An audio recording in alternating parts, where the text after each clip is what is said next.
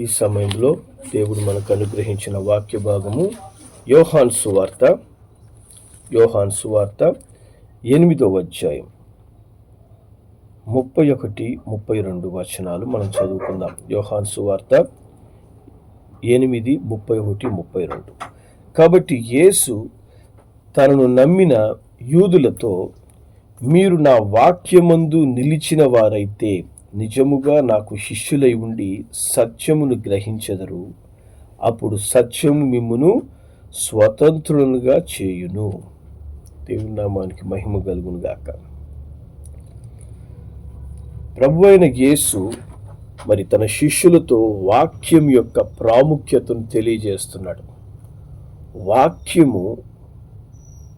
వాక్యమందు ఆయన శిష్యులు నిలిచే అనుభవం కలిగి ఉండాలని దేవుడు కోరుకుంటున్నాడు. వాక్యములో మనం స్థిరంగా నిలబడేవారిగా, వాక్యానుసారంగా మన జీవితాలు కట్టుకునేవారిగా మనం ఉండాలని దేవుడు కోరుకుంటున్నాడు. కాబట్టి వాక్యమందు ఎప్పుడైతే మనం నిలుస్తామో, అనగా వాక్యానుసారంగా మన జీవితాలను ఎప్పుడు మనము సరిచేసుకొని క్రమపరుచుకుంటూ ఉంటామో, దేవుడు అంటున్నాడు ఆ వాక్యము నిన్ను స్వతంత్రునిగా చేస్తుంది. ఆ వాక్యము ద్వారా నువ్వు స్వతంత్రతను పొందుకుంటావు. దేవుని నామానికి మహిమ కలుగును గాక.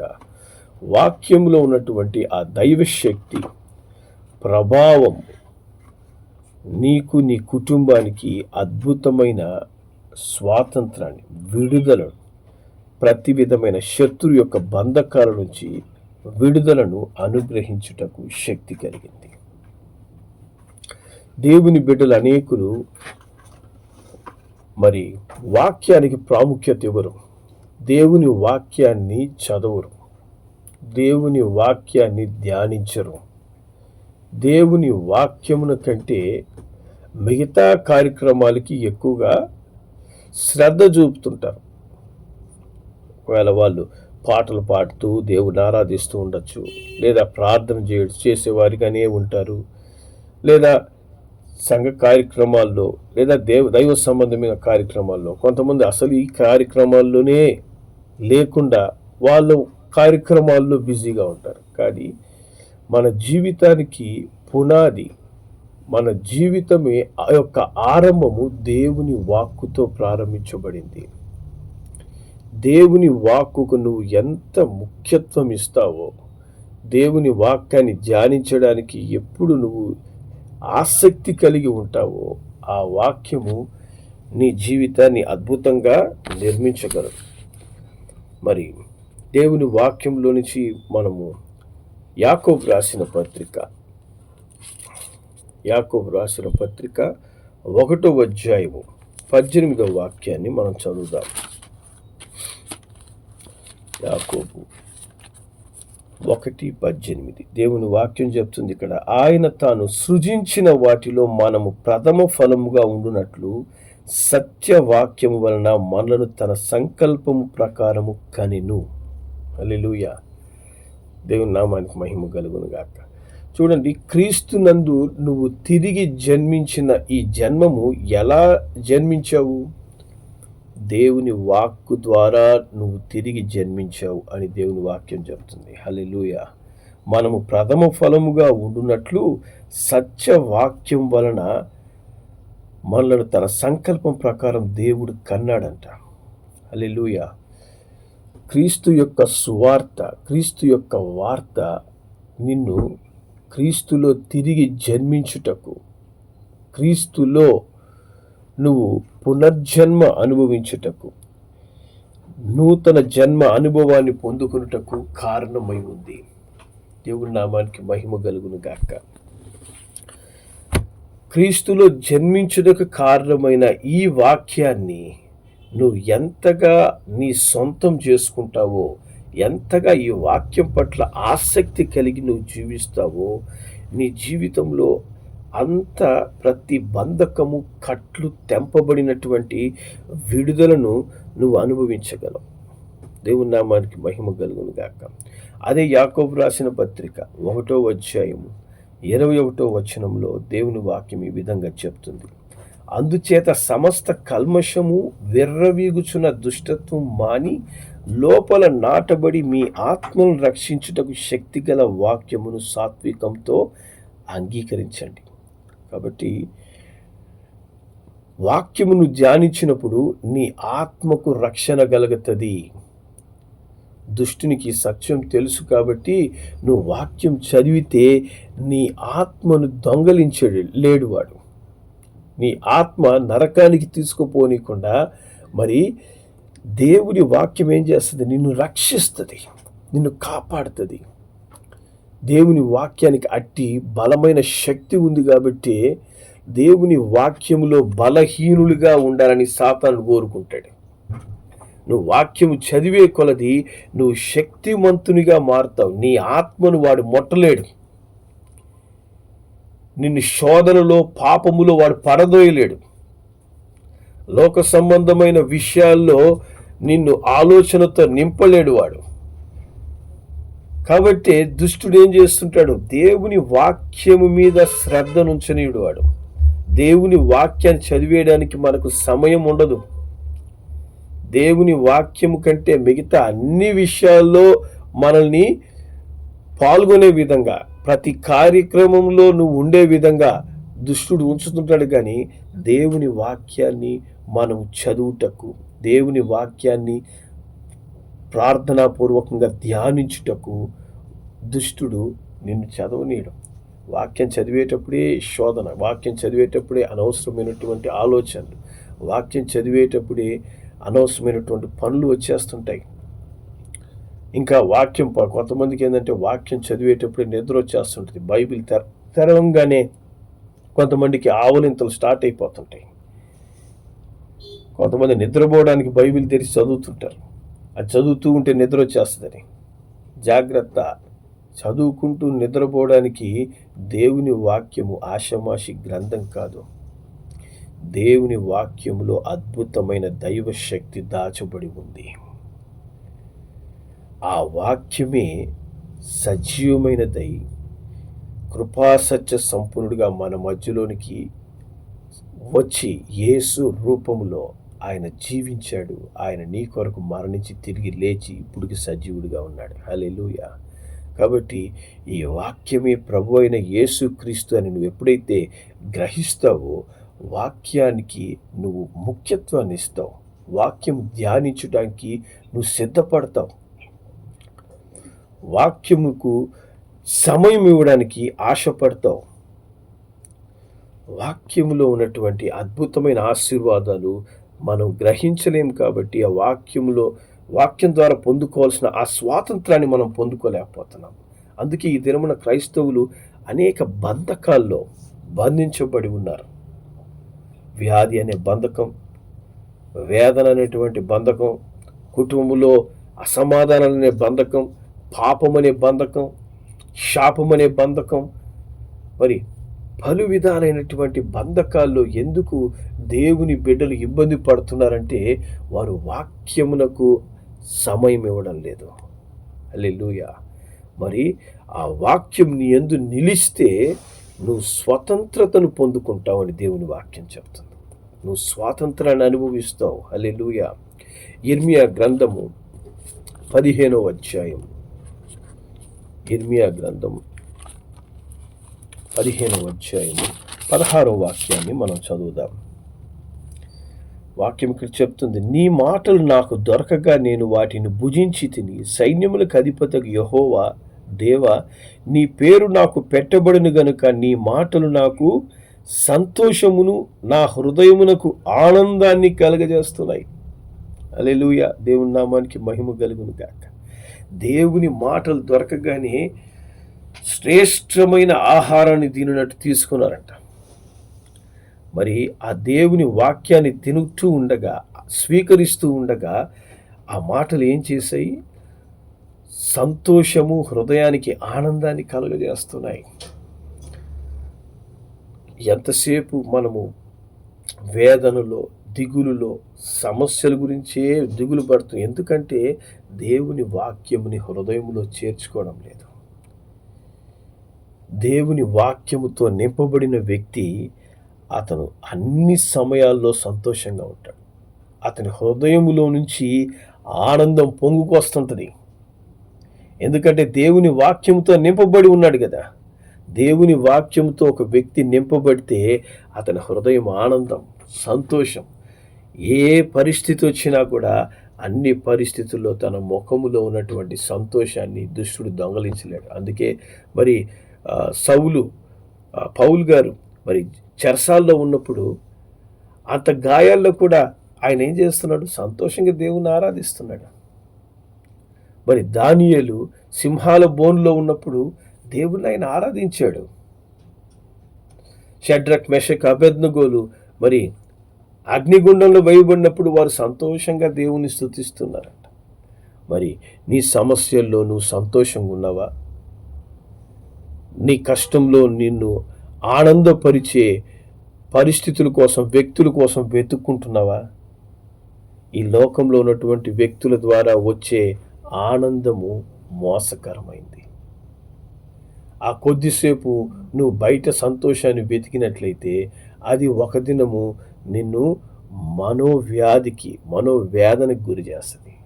కానీ ప్రభువుతో నువ్వు ఎప్పుడైతే సహవాసాన్ని ఏర్పరచుకుంటావో, దేవుని వాక్యానికి ముఖ్యత్వాన్ని ఇస్తావో, అది నీ హృదయమును ఆనందముతో నింపుతుందంట, సంతోషంతో నింపుతుంది.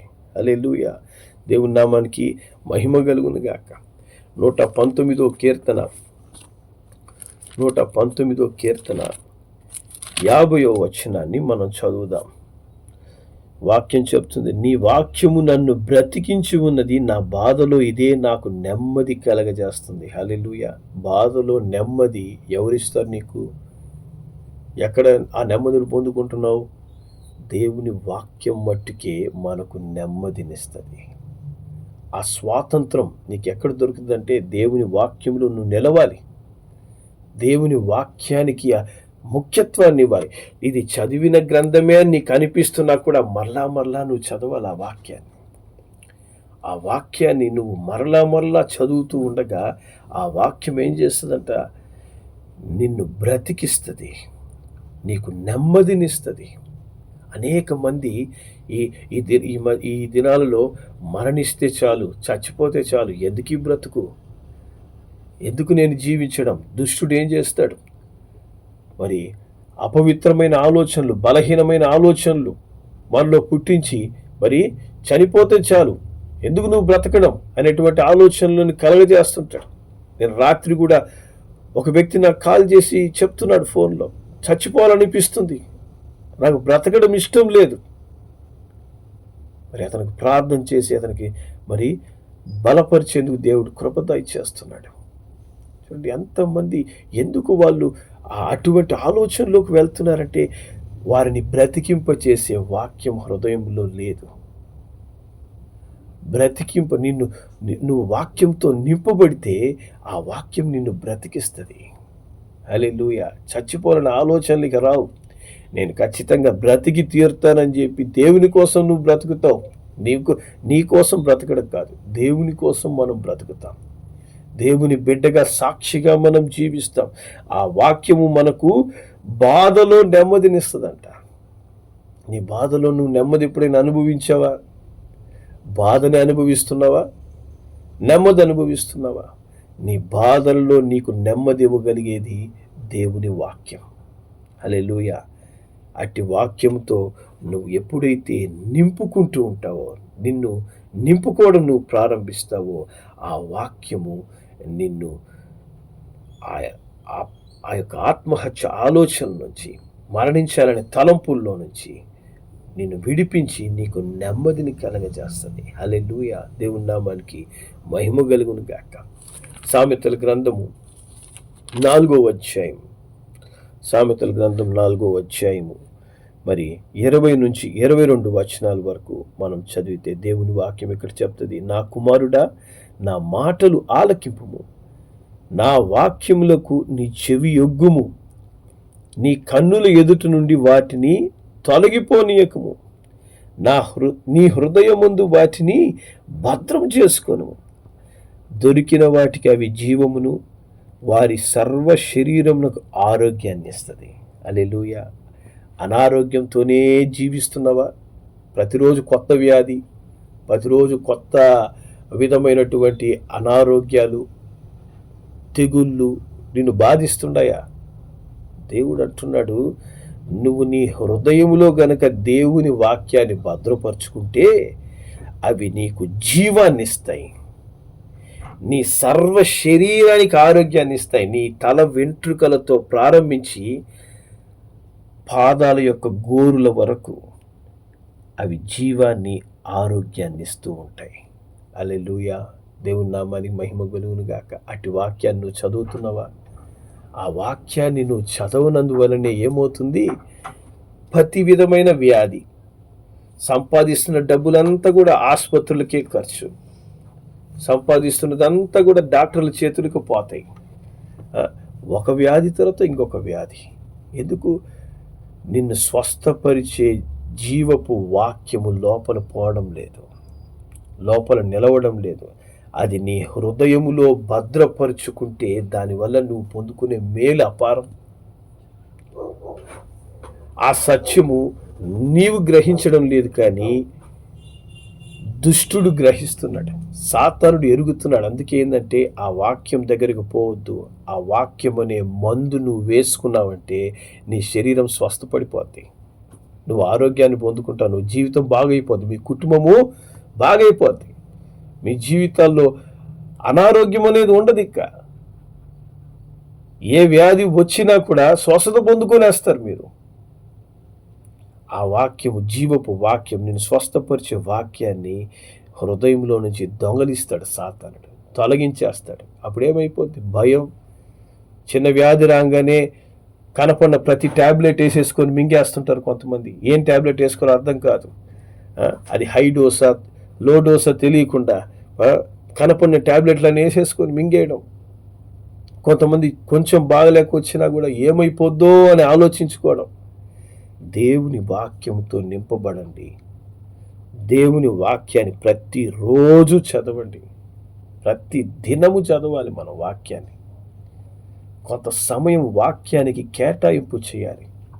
వాక్యాన్ని చదవడానికి సమయాన్ని కేటాయించాలి. శ్రద్ధతో, భయభక్తులతో దేవుని వాక్యాన్ని ధ్యానించాలి.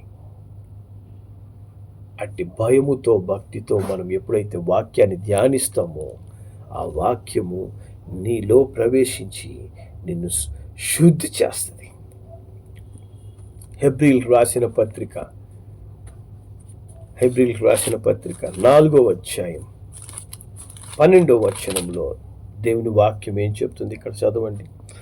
దేవుని వాక్యము సజీవమై బలము గలదై రెండంచులు గల ఎటువంటి ఖడ్గము కంటెను వాడిగా ఉండి ప్రాణాత్మలను, కీళ్లను, మూలుగను విభజించునంత మట్టుకు దూరుచు హృదయము యొక్క తలంపులు, ఆలోచనలు శోధిస్తుంది. హల్లెలూయా! నువ్వు చదివే వాక్యం ఎటువంటిదంట? నీ యొక్క పరిశుద్ధ గ్రంథం మీద రాయబడినటువంటి అక్షరాలు అవి ఉట్టి అక్షరాలు కాదు. ప్రతి అక్షరములో ప్రాణముంది. ప్రతి అక్షరములో ప్రాణముంది. దేవుని నామానికి మహిమ కలుగును గాక. ఆ వాక్యంలో ప్రాణముంది అని నువ్వు ఎప్పుడైతే నమ్ముతావో ఆ సజీవమైనటువంటి వాక్యం ఏం చేస్తుందంట? నీ శరీరంలోనికి వెళ్ళి ప్రాణాత్మలను, కీళ్లను, మూలుగను విభజించు మట్టుకు దోర్తదంట. హల్లెలూయా! నీ శరీరంలో ఎక్కడ ఏ బలహీనత ఉంది, ఏ దుష్టుడు నీ హృదయంలో చొచ్చి ఉన్నాడు, ఏ విధమైనటువంటి బలహీనత నీ శరీరంలో సంచరిస్తుంది, సమస్తాన్ని జీవము గల వాక్కు చీల్చి సరిచేసి తొలగించగలిగినటువంటి అద్భుతమైన ఆత్మ సంబంధమైన ఆపరేషన్ నీకెవరు చేస్తారు? దేవుని వాక్యం చేస్తుంది. దేవుని వాక్యము నీ యొక్క శరీరాన్ని మట్టుకే కాదు, హృదయం యొక్క తలంపులను కూడా, ఆలోచనలు కూడా శోధించి సరిచేసేస్తుందంట. హృదయంలోకి పోగలిగినటువంటి ఇంజెక్షన్ ఏదైనా ఉందా? మందు ఏదైనా ఉందా? డాక్టర్లు ఏం చేస్తారు? మానసిక వ్యాధి కలిగిన వాళ్ళకి మత్తు ట్యాబ్లెట్ ఇచ్చి నిద్రపో అని చెప్తారు. నిద్రపోతేనే బాగవుద్దని. మరి నిద్రపోతూ ఉన్నందువల్ల ఏం స్వస్థత కలుగుతుంది? దేవుని వాక్యం నీ లోపలికి వెళ్ళిందంటే నీ హృదయం యొక్క తలంపులను శోధించి సరిచేసి నీ హృదయాన్ని తిరిగి సంతోషంతో సమాధానంతో నింపుతుంది.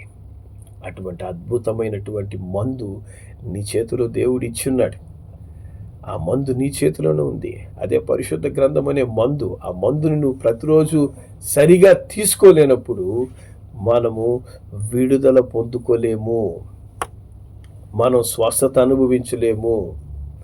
విశ్వాసముతో దేవుని వాక్యాన్ని అనుదినము ఎవరైతే చదువుతారో, ధ్యానిస్తారో, వాక్యానుసారంగా సరిచేసుకుంటారో, ఆ వాక్యాన్ని నమ్ముతారో, వారి జీవితంలో దేవుడు అద్భుతమైన విడుదలను అనుగ్రహిస్తాడు.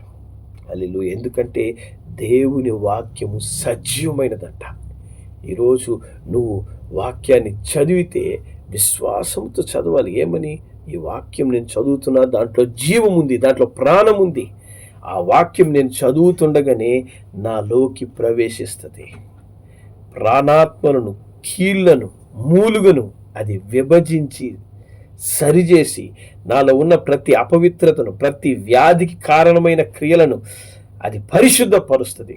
నా హృదయ తలంపులను అది సరిచేస్తుంది, బాగుపరుస్తుంది, విడుదలిస్తుంది అని నువ్వు ఎప్పుడైతే విశ్వాసంతో వాక్యాన్ని చదివి చూడు.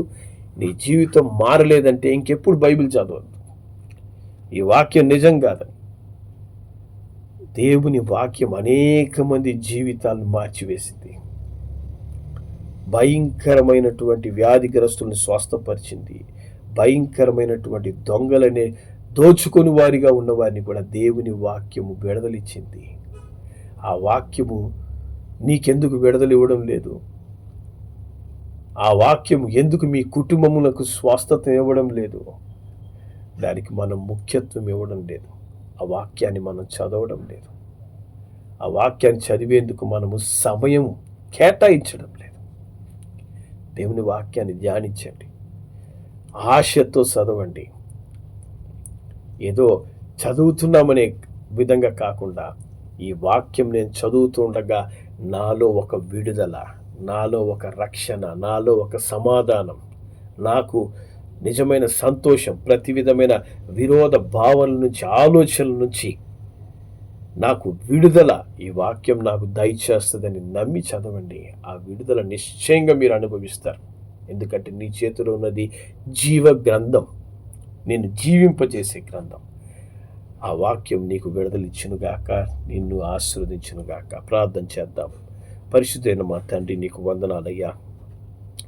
ఎప్పుడైతే మేము వాక్యంలో ఉన్న సత్యాన్ని ఎరుగుతామో, దాని ద్వారా ప్రతి పరిస్థితి నుంచి మేము విడుదల పొందుకుంటాం అని వాక్యం సెలవిస్తున్నందుకు స్తోత్రం చెల్లిస్తున్నామయ్యా. అనేకసార్లు వాక్యానికి మేము ముఖ్యత్వం ఇవ్వడం లేదు, వాక్యాన్ని ధ్యానించడానికి సమయం కేటాయించడం లేదు. దానివల్ల పలు విధాలైనటువంటి సమస్యలు, వ్యాధులు, అపవాది యొక్క బంధకాల్లో బంధించబడి, శోధించబడి, నలిగిపోయి తండ్రి మరణానికి అప్పగించుకుంటున్నటువంటి పరిస్థితులు అనేకులు ఉన్నారయ్యా. తండ్రి, నీ వాక్యం మమ్మల్ని జీవింపచేస్తుంది, బ్రతికింపచేస్తుంది, మరణాన్ని మా జీవితం నుంచి తీసివేస్తుంది, వ్యాధిని తీసివేస్తుంది, శాపమును, వేదనను, దుఃఖమును తొలగిస్తుందయ్యా. అట్టి జీవపు వాక్యాన్ని మేము ధ్యానించేందుకు, అట్టి ఆత్మరక్షణ అనుభవంలో మేము ముందుకు కొనసాగేందుకు మాకందరికీ నీ వాక్యం ధ్యానించేందుకు సహాయం చేయమని, వాక్యం ధ్యానించనీయకుండా ఆటంకపరుస్తున్నటువంటి దుష్ట దురాత్మ శక్తుల యొక్క క్రియలను నజరుడైన యేసు నామములో లయపరుస్తున్నాం. వాక్యమునకు ముఖ్యత్వం ఇచ్చేందుకు ఇకపై అందరికీ నీ కృపను అనుగ్రహించండి. యేసు అతి శ్రేష్టమైన నామములో ప్రార్థించి ఆశీర్వదిస్తున్నాం తండ్రి. ఆమేన్.